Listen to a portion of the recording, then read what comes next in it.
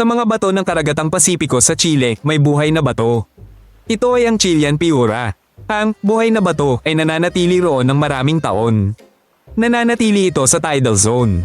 Tumatagal ito sa bagyo at pagbaba ng tubig. Mukha itong bato hanggang magbukas ang maliliit nitong siphon. Nabubuhay ang Chilean Piura sa hangganan ng dagat at lupa. Mukha itong pagkakamali ng kalikasan. Ngunit ito ay karaniwang organismo sa baybayin. Ang nakakatakot ay hinihiwa ito ng kutsilyo. Parang matigas sa prutas ito kapag hinihiwa. May lumalabas na mapulang likido mula rito. Sa loob ay may orange na laman. Sa Chile, kinakain ito ng hilaw na may lemon. Kaya ang Chilean Piura ay kilala bilang lokal na delikadesa. Ito ay isang hayop, ngunit ang balat nito ay gawa sa tonnaisen. Ito ay parang cellulose ng halaman. Mukha itong galing sa ibang planeta. Ngunit ito ay mula sa mundo. Ito ay napakatanda na. Sa labas, ang Chilean Piura ay parang bukol ng semento. Ang balat nito ay bukol-bukol, may lumot at apog at nakakasama sa bato. Sa itaas, makikita ang dalawang butas na parang siphon. Binubuksan at isinasara ito ng mahigpit ng Chilean Piura. Ang laki nito ay mula kamao hanggang grapefruit. Ang mga nag-iisa ay nagsasama-sama at nagiging parang burol. Kung hihiwin mo ang bato, makikita ang matingkad na orange na laman. Amoy yodo at dagat ito. Kapag natakot, ang Chilean Piura ay pwedeng bumuga ng tubig. Pinapatunayan nito na hindi ito mineral. Pangunahing katangian ng balat na gawa sa tonnaisen. Bihira ito sa mga hayop. Ang Chilean Piura ay isang kilalang halimbawa. Mas kakaiba ang dugo nito. Ang Chilean Piura ay isang acidian. Mayroon silang Van Avon proteins. Nakakaipon ito ng vanadium mas mataas kaysa tubig dagat. Isang misteryo kung bakit ito kailangan, ngunit dahil dito at sa pagsala ng litro-litrong tubig, nabubuhay ng maayos ang Chilean Piura sa lugar. Isa pa, ang Chilean Piura ay hermaphrodite.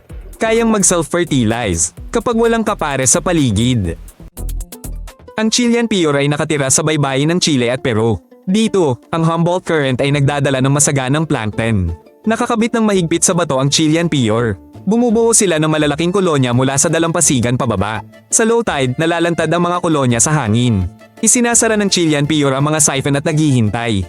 Pag high tide, muling sumisip-sip ito ng tubig at kumakain. Ang mga larvae ng Chilean Piura ay malayang lumalangoy. Naghahanap sila ng sariling bato. Dito, dumidikit sila ng permanente. Mapanganib sa Chilean Piura ang pagiging maputik. Kailangan nila ng malinis at nalilinis na bato. Ayon sa agham, ang Chilean Piura ay isang acidian, kamag-anak ng lahat ng vertebrate. Ang larva ng Chilean Piura ay may panimula ng spinal cord. Ngunit bilang adulto, ito ay isang filtering bag. Isang siphon ng sumisip-sip ng tubig. Dumadaan ito sa sieve ng gill slits at inilalabas sa isa pang siphon. Ang tonnaisen ay nagpapatigas sa balat ng Chilean Piura. Ang vanadium sa dugo ay maaaring magtaboy ng mikrobyo. Maaari rin itong takutin ng mga mandaragit o kaya ay tumulong sa internal chemistry nito. Ngunit ang mga bersyon na ito ay pinagtatalunan. Ano sa tingin mo, bakit may metal ang Piura? Magkomento sa ibaba. Madalas akalain ng mga turista na korale o kabute ang Chilean Piura. Nagugulat sila kapag umispray ng tubig ang bato. Sa mga pamilihan, kilala ito bilang Piura.